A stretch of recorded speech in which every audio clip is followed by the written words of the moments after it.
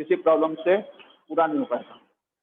Components of wellness, wellness क्या है, what is the wellness? मैंने बताया ना, जहां पर हम हैप्पी होते हैं मेंटली तौर पे, दिमागी तौर पे हम हैप्पी होते हैं, वो हमारा वेलनेस कहलाता है। दूसरी चीज क्या होती है कि डिजीज फ्री, बीमारी से मुक्त, रोग मुक्त होते हैं हम लोग, जहां हमें किसी तरह की कोई डिजीज ना हो, और फिजिकल फिट होते हैं हम।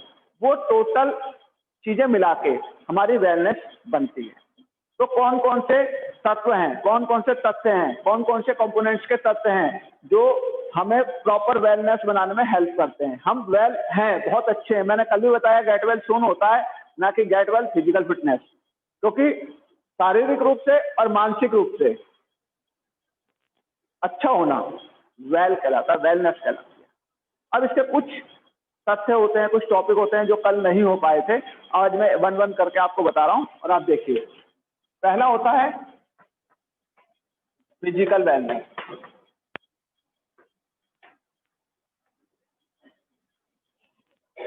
बेटा, हम अपने शरीर को लेके, शेप और साइज को लेके हैप्पी रहते हैं। ये नहीं है हाइट छोटी है बड़ी है उसको लेके हमेशा दुखी रहें, प्रॉब्लम करें कि हाइट कैसी है, क्यों है। अपने फिजिकल स्ट्रक्चर को लेकर हम अपने ऊपर कोई दबाव बना लें, प्रेशर बना लें, तो हम मेंटली रूप से कहीं ना कहीं टूट जाएंगे। तो इसीलिए हम क्या करते हैं कि हम अपने शेप और साइज के साथ हमेशा हैप्पी रहना सीख लेते हैं और उसको डिजीज फ्री बनाना सीख लेते हैं। सबसे पहले उसमें कोई बीमारी ना लगे, कोई प्रॉब्लम ना हो। ये फिजिकल वेलनेस होता है, जिसमें हम अपने फिजिकल स्ट्रक्चर को तैयार कर लेते हैं, अपनी शेप और साइज को चाहे किसी भी साइज में हो उसके साथ हैप्पी रहना सीख जाते हैं। ऐसा नहीं है कि अगर कोई भी शेप और साइज हमारी गलत है, रॉन्ग है, तो हम उसको इंप्रूव करने की कोशिश ना करें। नहीं, वी विल ट्राई बेस्ट। अगर वेट ज्यादा है, ओवर वेट है, तो 100% हम उसको कम करेंगे, 100% हम उसको कम करेंगे। पर यह है कि वो नहीं हो रहा है, डेली उसको लेकर रोएंगे, नहीं, ऐसा नहीं होगा। ठीक है, मेंटली तौर पे उसको कम करने के लिए, रिड्यूस करने के लिए तैयार हो जाएंगे, पर उसको लेकर हमेशा अनहैप्पी नहीं रहेंगे। ये होता है हमारा physical wellness. Second is social, social wellness. Social wellness, जब हम सोसाइटी को लेके, सोसाइटी के लोगों को लेके पॉजिटिव हो जाते हैं। ऐसा नहीं है कि सभी से लड़ाई झगड़ा करें, सभी से कोई ना कोई प्रॉब्लम हो जाती है, नहीं, हम औरों के साथ हैप्पी रहना सीखें, सोसाइटी के साथ हैप्पी रहना सीखें, उनकी थिंकिंग को अडॉप्ट करें, अपने विचार उनको बताएं, उनके विचार खुद एक्सेप्ट करें। ऐसा नहीं है हमेशा उनके साथ कोई ना कोई डिस्टर्बेंस क्रिएट करें। सोसाइटी को अपना पार्ट माने और हम सोसाइटी के पार्ट बन जाएं। ये सोशल वेलनेस होता है, सोसाइटी को लेके जब हम अवेयर हो जाते हैं। This is the social awareness. Third is emotional.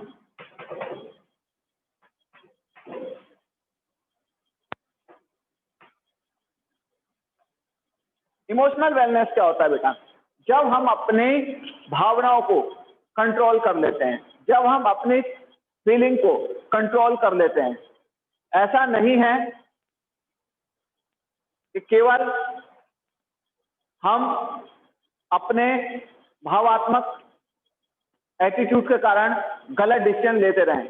हमें अपने दिमाग को कंट्रोल करके रखना है, क्या सही है क्या गलत है, इसमें नहीं, इसमें फर्क जानना है, ना कि इमोशंस के अंदर बह के चले जाना है। पेरेंट्स क्या कहते हैं उसको समझना है, कोई और क्या कहता है उसको भी समझना है, जो राइट और रॉन्ग है उसको क्लियर करना है। हमारे अंदर हर समय फीलिंग चेंज होती रहती है। दिन की बात करें, जब हमारे अंदर कभी गुस्सा आता है, कभी हम हंसते हैं, कभी रोते हैं, अलग अलग फीलिंग आती है, तो हमें उन फीलिंग को कंट्रोल करना होता है। जैसे एपिटाइट की बात करूं, भूख की बात करूं, जब भूख लगती है आदमी को बहुत ज्यादा गुस्सा आता है, बट क्या होता है, वो जैसे ही भूख शांत हुई आपका गुस्सा भी शांत हो जाता है। तो बहुत सारी फीलिंग आती है, उसको कंट्रोल करना चाहिए।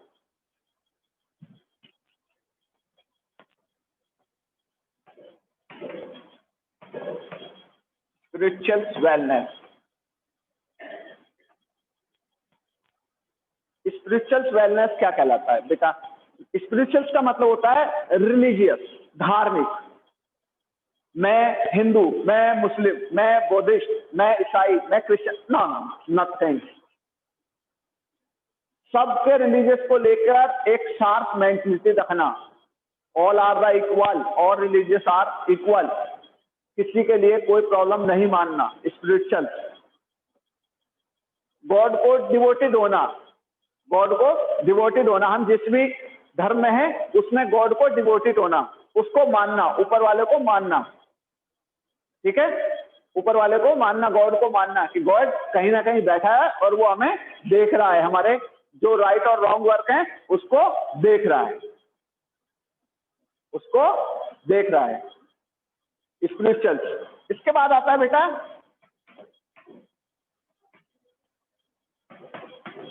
Nutritional wellness.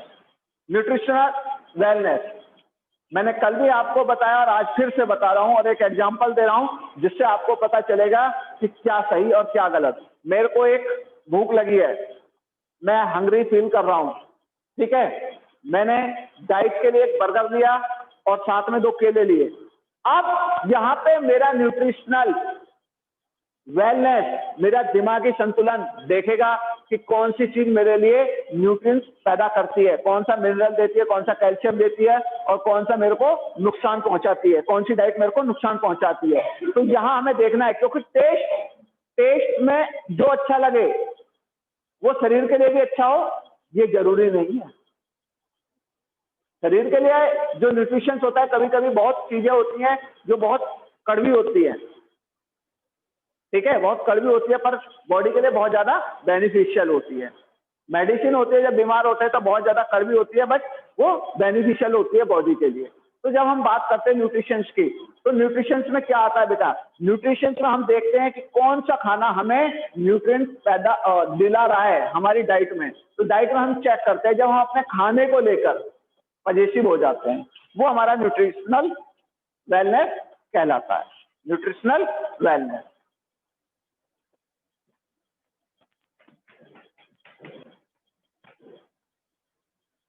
Financial wellness. Financial wellness क्या होता है, हमारी जो अर्निंग है, हमारी जो अर्निंग है उसके अकॉर्डिंग ही हमें अपने एक्सपेंस को बना के रखना। फाइनेंशियल मतलब अपने पैसे के अकॉर्डिंग, जो हमारी अर्निंग है, हमारे पास जितना पैसा है हमको उसी के साथ सेटिस्फाइड होना पड़ता है मेंटली तौर पे। सपोज दैट हमारी अर्निंग आज 100 रुपीज की है, 200 रुपीज की है, अगर 100 रुपीज की और हमारा एक्सपेंस कितने का है, 110 का है, तो कैन यू बिलीव इट कि you will be happy in your life? Never. क्योंकि आपके ऊपर जो 10 रुपीज का बर्डन हो जाएगा वो कर्जा हो जाएगा, क्रेडिट हो जाएगा कहीं ना कहीं से, उधार आप लोगे, ठीक है। तो क्या होता है उसमें, उसमें ये होता है बेटा कि आपके पास जो मनी है उसके अकॉर्डिंग ही आप अपना एक्सपेंस बना के रखिए। अगर आपको खुश रहना है तो आप अपनी नीड उसके अकॉर्डिंग रखिए जो आपकी अर्निंग है। अगर 100 में से आपने 80 रुपीज में आपका वर्क आउट हो गया, उसमें से भी 20 रुपीज आपने डेली रूटीन में बचा लिए, तो इन फ्यूचर सपोज दैट कोई कंडीशन आती है और आप वो 20 रुपीज सेविंग करते हो डेली, तो वो जाके आपको बहुत फायदा देगा। तो आप उस समय सोचोगे हाँ भाई बहुत अच्छा हुआ, ये बहुत अच्छा था ताकि मैंने पैसे बचाए, उस समय पता चलेगा।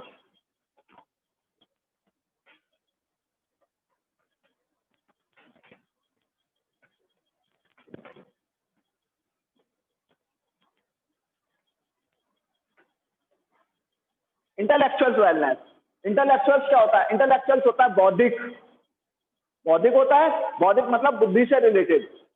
जब हम अपने माइंड का सही यूटिलाइजेशन करते हैं, केवल ये कहने से कि I am the best, I am the best, I am the best नहीं होता है, आपको शो करना पड़ेगा कि आई एम द बेस्ट। अपने परफॉर्मेंस में शो करना है, अपने माइंडली आपको दिखाना है, अपना माइंड दिखाना है लोगों को।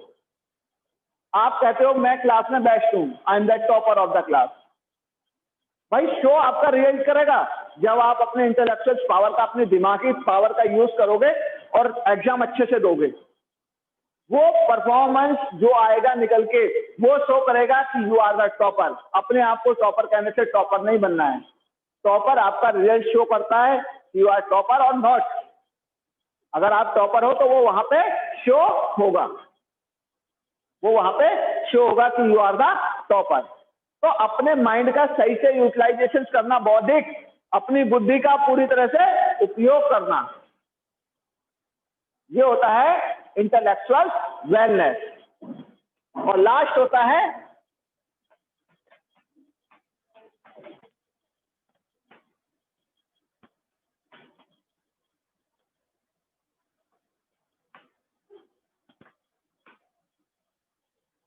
Environmental wellness.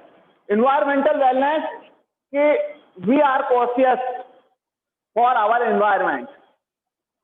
जब हम अपने आसपास के एनवायरमेंट को लेकर कॉन्शियस होते हैं, सजग होते हैं, हम देखते हैं कि पेड़ कट रहे हैं, कोई फर्क नहीं पड़ रहा हमको, पड़ना चाहिए हमें फर्क। हमें दिमागी तौर पे ये पता होना चाहिए कि ये पेड़ आज कट रहे हैं, कल को ऑक्सीजन हमें कम मिलेगी, जो हमारी एयर है वो पॉल्यूटेड हो जाएगी, उसमें पॉल्यूशन आ जाएगा, उसमें पॉल्यूशन आ जाएगा। और जब पॉल्यूशन आएगा तो वो क्या होगा, ऑब्वियसली हमारे लिए ही नुकसानदायक है, किसी और के लिए नहीं है बेटा। इन्वायरमेंटल, तो अपने इन्वायरमेंटल को देखना, चारों तरफ गंदगी पड़ी है, कौन रहना पसंद करेगा? No one. अगर आप रहेंगे उस इन्वायरमेंट में तो क्या होगा, डिजीज होने लगेगी, परेशानियां होने लगेगी, बीमारियां होने लगेंगी, तब क्या होगा? कुछ भी नहीं होगा। तब आपको ये रियलाइज होगा कि ये जो एनवायरनमेंट है ये गंदा है। और ऐसा भी नहीं है कि अपना एनवायरनमेंट सही करने के लिए बाहर का एनवायरनमेंट खराब कर दिया, क्योंकि जो आप नेचर को दोगे, नेचर रिवर्ट करके आपको देगा। अगर आपने अपने घर का कूड़ा उठाकर जहां प्रॉपर कूड़ा फेंका जाता है वहां ना फेंके, घर के बाहर गली में फेंक दिया, तो उसका रिवर्ट आपको मिलना है, कोई और इसके लिए रेस्पॉन्सिबल नहीं होगा, आप ही बीमार पड़ेंगे एक दिन। तो ऐसा नहीं अपना घर साफ रखना है, अपना घर साफ करना है, अपना स्कूल साफ रखना है, अपना आस पड़ोस, अपनी सड़कें, सबको नीट एंड क्लीन रखना है। ये होता है इन्वायरमेंटल। तो उसके लिए हमें क्या मेंटली रूप में हम तैयार है ना। हम ये करते हैं कि अपने घर का कूड़ा उठा के गली में फेंक दिया, तो क्या हम वेलनेस हैं इन्वायरमेंटल को लेके? नो, नेवर, कभी नहीं। क्योंकि हमें अपने साथ साथ अपने आसपास भी सफाई रखनी ही पड़ेगी। तो दीज आर द टॉपिक, ये टॉपिक के पॉइंट्स थे।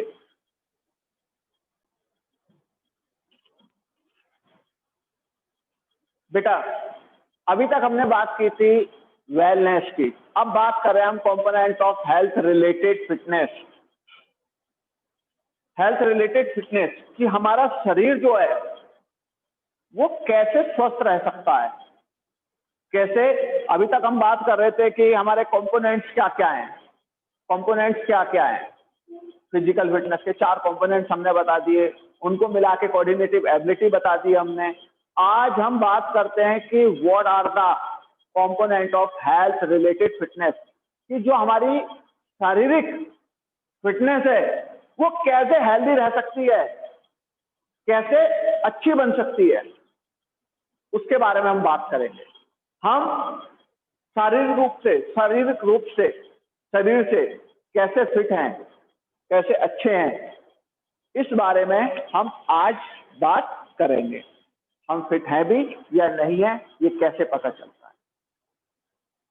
तो इसके कुछ पैरामीटर डिसाइड किए गए हैं, इसके कुछ पैरामीटर डिसाइड किए गए हैं।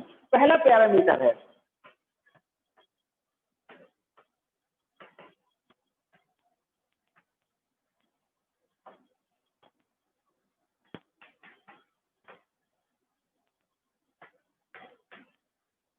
cardiovascular endurance. Cardiovascular endurance is the first parameter of health related fitness. Cardiovascular endurance होता क्या है बेटा? कार्डियोवैस्कुलर क्या होता है?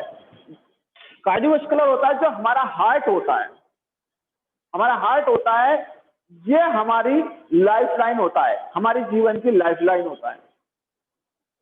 इसके थ्रू हम जीवन पाते हैं। सपोज दैट अगर बॉडी के किसी और पार्ट में कोई प्रॉब्लम हो जाती है तो हम जीवन जी सकते हैं, हमें कोई प्रॉब्लम नहीं आएगी, ठीक है।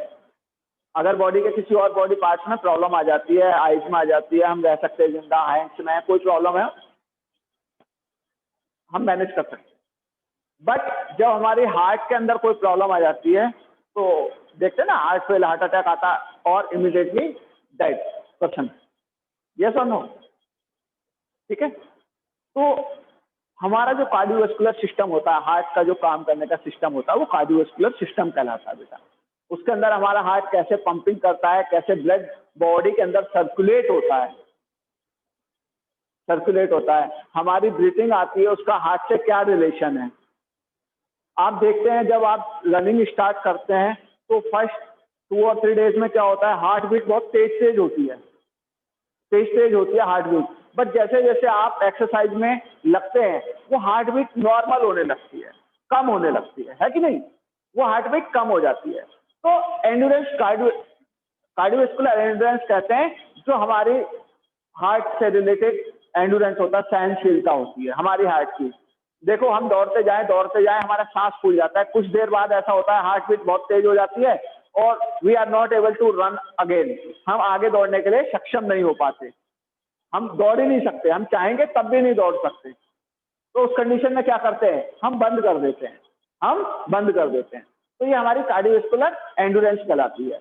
जब जैसे जो रेसर होते हैं वो अलग अलग होते हैं, कुछ छोटी रेस के होते हैं, कुछ बड़ी रेस के होते हैं, तो वो अपना कार्डिक एंड्योरेंस को उसी तरह एक्सरसाइज करके उसी तरह डेवलप कर लेते हैं, सेकेंड इज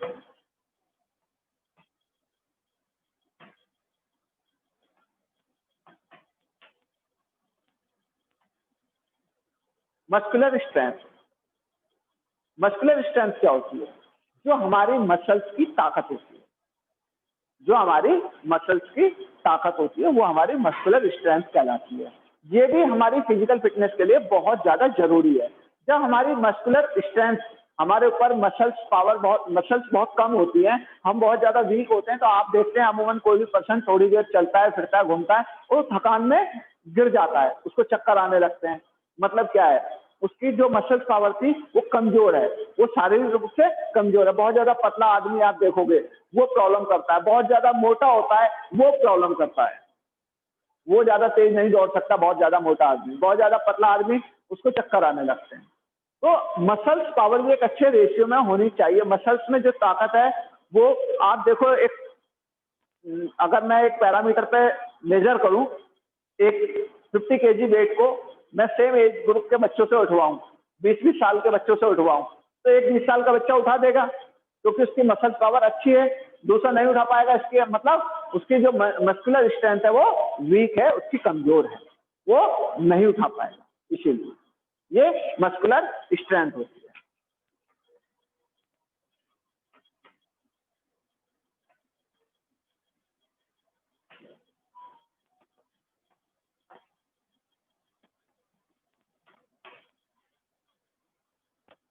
मस्कुलर एंड्योरेंस की बात करें, मस्कुलर एंड्योरेंस होता क्या है? मस्कुलर एंड्योरेंस होता है बेटा कि जो हमारी मसल्स होती हैं,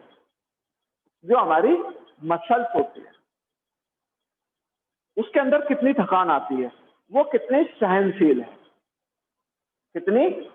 अभी मैंने जैसे बात करी कि मैं एक पैरामीटर पे मेजर करता हूँ, 20 एज के 2 बच्चों को बुलाता हूँ, 50 किलो वेट को उनसे कहता हूँ उठा दो, तो जो उठा देता है इसका मतलब उसकी मस्कुलर स्ट्रेंथ उसमें ज्यादा है, उसके अंदर ताकत ज्यादा है। अब मैं 2 बच्चों को बुलाता हूँ और दोनों ही उस वेट को उठा देते हैं, उठा दिया, और मैं उनसे कहता हूं कि यहाँ पे होल्ड करो, उठाने के बाद यहाँ पर होल्ड कीजिए, चेस्ट के पास इसको होल्ड करो। उन्होंने होल्ड किया, एक ने 5 मिनट तक होल्ड किया और एक ने 10 मिनट तक। तो मीन्स टू से कि मस्कुलर स्ट्रेंथ दोनों के पास थी, पर मस्कुलर एंड्योरेंस जिसने 10 मिनट तक उठाया उसके पास ज्यादा थी। मसल्स में उसके देर तक थकान हुई, उसकी मसल्स जो थी, मांसपेशियां जो थी, वो देर तक उसको उठाने में सक्षम रही, तो वो उसका मस्कुलर एंड्योरेंस कहलाया। बहुत लेट तक उसने उठा के रखा तो वो उसका क्या कहलाया? मस्कुलर एंड्योरेंस कहलाया। उसने उसको काफी देर तक उठा के रखा।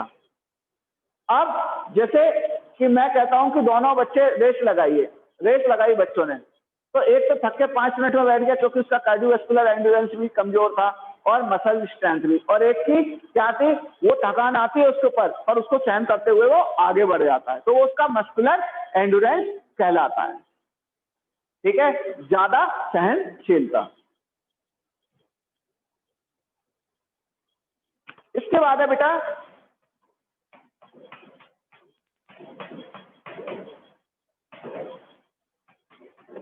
फ्लेक्सिबिलिटी, जिसको हम क्या कहते हैं, लचकता। बॉडी के अंदर क्या कहते हैं, लचकता। क्या लेना देना है इसका, क्या फिटनेस से लेना देना है, फिजिकल फिटनेस से इसका क्या लेना देना है। एक पर्सन मैंने चेयर पे बैठाया और उससे बोला उठो और फास्ट एक रन करो या इस चीज को यहां से उठाओ, उसने तुरंत उठाया और दे दिया। बट दूसरे से बोला तो वो नीचे झुकने में ही प्रॉब्लम थी, तो वो कोई काम करने में जब सक्षम ही नहीं है, एबल ही नहीं है कोई पर्सन, तो उसकी फिजिकल फिटनेस जो है वो 0 मानी जाएगी। ताकत है उसके अंदर, मसल्स बहुत मोटी हैं, आप देखोगे मसल्स बहुत अच्छी हैं, थकान भी उसे बहुत देर में होती है बैठे बैठे, पर वो चीजों को उठाने में उसके अंदर लचकता नहीं है बॉडी के अंदर। अगर उसे नीचे झुकने के लिए कहा जाए तो वो नहीं झुक पाएगा। ठीक है, किसी चीज को भाग के दौड़कर उसको कहा जाए तो उसकी जो फ्लेक्सिबिलिटीज है वो लचकता कम रहती है, तो वो अपने काम को पूरी एफिशिएंसी के साथ नहीं कर पाता, उसके हड्डियों में दर्द होने लगता है। अब आप देखोगे जर्नल जो एजेड लोग होते हैं वो क्या करते हैं, उनको एक जगह बैठा दिया जाता है, वो ज्यादा चल फिर नहीं सकते। क्यों? क्योंकि उनकी जो फ्लेक्सिबिलिटीज होती है वो कम हो जाती है। आजकल हम अमूमन देखते हैं कि कैल्शियम की कमी आ गई और बोन्स कमजोर होने लग गई, क्योंकि हमारी बोन्स के अंदर एक लिक्विड होता है कैल्शियम, जब वो सूखने लगता है तो उसके साथ हमारी बोन्स सूखने लगती हैं, वो सूख जाता है तो ये डेंसिटी जो होती है बोन्स की वो कमजोर पड़ने लगती है, बोन्स आपस में जुड़ जाती है, हड्डियां आपस में जुड़ जाती हैं, उनके अंदर फ्लेक्सिबिलिटी खत्म हो जाती है, तो वो काम को करने में प्रॉपर अटेंशन नहीं दे पाता, हो नहीं पाता है उससे, वो बहुत चीजों को उठाना देना लेना वो चल नहीं पाएगा, फिर नहीं पाएगा। तो ये एजेड आदमी के अंदर देखा गया है। ठीक है, और आज की जो मैंने न्यूट्रिशन वेलनेस की बात करी थी, आजकल हम न्यूट्रिशन कैसा लेते हैं, तो उसकी वजह से भी ये प्रॉब्लम आती है। लास्ट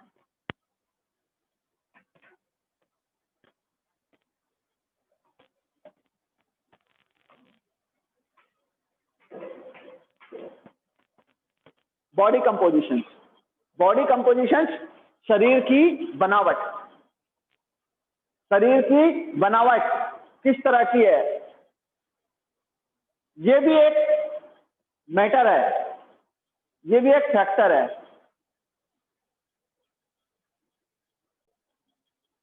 जो बेटा शरीर की बनावट है ये एक बहुत बड़ा फैक्टर होता है। कुछ पर्सनों की शरीर की बनावट आप देखोगे बहुत ज्यादा मोटे होते हैं, बहुत ज्यादा कुछ पतले होते हैं, कुछ की हाइट 4 फीट होती है, कुछ की 6 फीट होती है, किसी की 6.5 फीट होती है, तो और किसी की हाइट के अकॉर्डिंग उसका वेट नहीं होता, इसलिए इसको ओबेसिटी कहते हैं, मोटापा आ जाना, मोटापा आ जाना। तो शरीर की जो रचना है, बॉडी किस तरह से बनी हुई है हमारी, ये एक बहुत बड़ी प्रॉब्लम है, ये एक बहुत बड़ी प्रॉब्लम है हम लोगों के लिए कि किस तरह से बॉडी हमारी बनती है। प्रॉब्लम मतलब सेंस कि अगर इसका स्ट्रक्चर सही से डेवलप नहीं हो पाया है, हाइट 4 फीट है और वेट 90 केजी है, तो बहुत ज्यादा प्रॉब्लम होने वाली है। आप देखिए 4 फीट के आदमी के लिए 80 केजी वेट बहुत ज्यादा होता है, पर जब वो 6.5 फीट का होता है तो उसके लिए एक्यूरेट होता है। तो ये क्यों है? ये हमारा बॉडी कंपोजिशन है बेटा, एक अच्छे रेशियो में, एक परफेक्ट रेशियो में हमारा बॉडी वेट का होना। अब हम कैसे पता लगाएंगे कि जो हमारी हाइट है उसके अकॉर्डिंग हमारा वेट है कि नहीं है? कैसे पता चलता है कि हमारा जो वेट है हमारी हाइट के अकॉर्डिंग अच्छा है या नहीं है? सबसे पहले हमें ये पता होना चाहिए बॉडी कंपोजिशन में कि जो छोटी हाइट के उनका वेट ज्यादा कम भी ना हो, तो उसके अकॉर्डिंग हो जितनी हाइट होती है। तो हम कैसे पता लगाते हैं?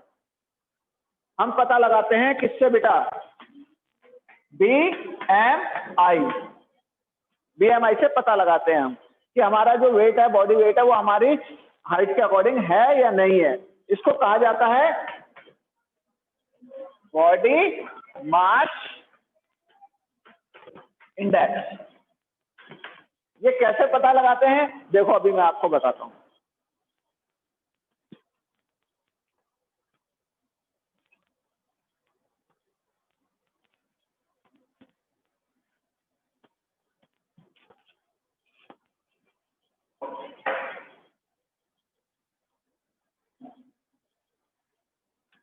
बेटा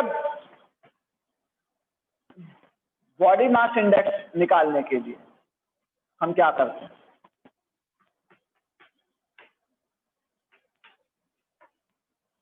हम सबसे पहले लेते हैं वेट इन केजी। किसमें लेते हैं, पॉइंट्स में भी ले सकते थे, ठीक है, हमने कहा लिया केजी में। इसके बाद हम अपनी हाइट को देखते हैं, हाइट इन मीटर स्क्वायर,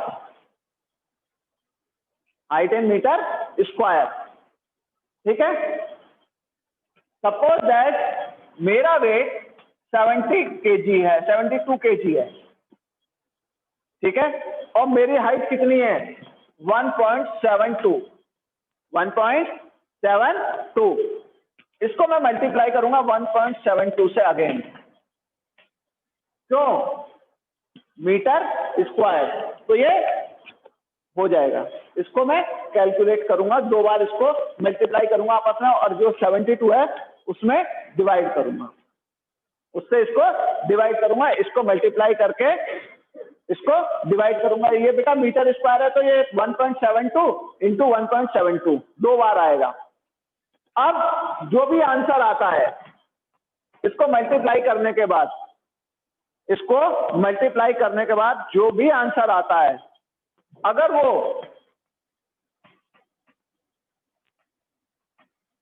18.5 से लेके 24.9 तक है, अगर 18.5 से लेके 24.9 के बीच आता है तो इसका मतलब यह है आपका हाइट के अकॉर्डिंग वेट बहुत अच्छा है, आपका हाइट के अकॉर्डिंग वेट बहुत अच्छा है। तो सबसे पहले आपको अपनी हाइट मेजर करनी पड़ेगी, हाइट मेजर करनी पड़ेगी, नापनी पड़ेगी, और अपना वेट। उसके बाद आप इस कैलकुलेशन को कीजिएगा तो आपको पता चलेगा कि हमारा जो हाइट है उसके अकॉर्डिंग हमारा वेट ठीक है या नहीं है, तब हमें पता चलता है। इस तरह से हम पता कर लेते हैं। तो बॉडी कंपोजिशन में अगर हमें पता है कि अगर हम फैटी हैं, अब हमें पता है कि हमारी हाइट अच्छी है, हमारा वेट भी जाता है, पर हमारा हाइट और वेट दोनों एक प्रॉपर रेशियो में है, इसके अंदर वो मल्टीप्लाई करने के आता है, तो हम ठीक है, हमें कोई प्रॉब्लम नहीं है, ठीक है। क्योंकि एक हाइट जो एक पर्सन के लिए ज्यादा हो सकती है, दूसरे के लिए वो कम भी हो सकती है। तो ये बॉडी मास इंडेक्स से पता चलता है।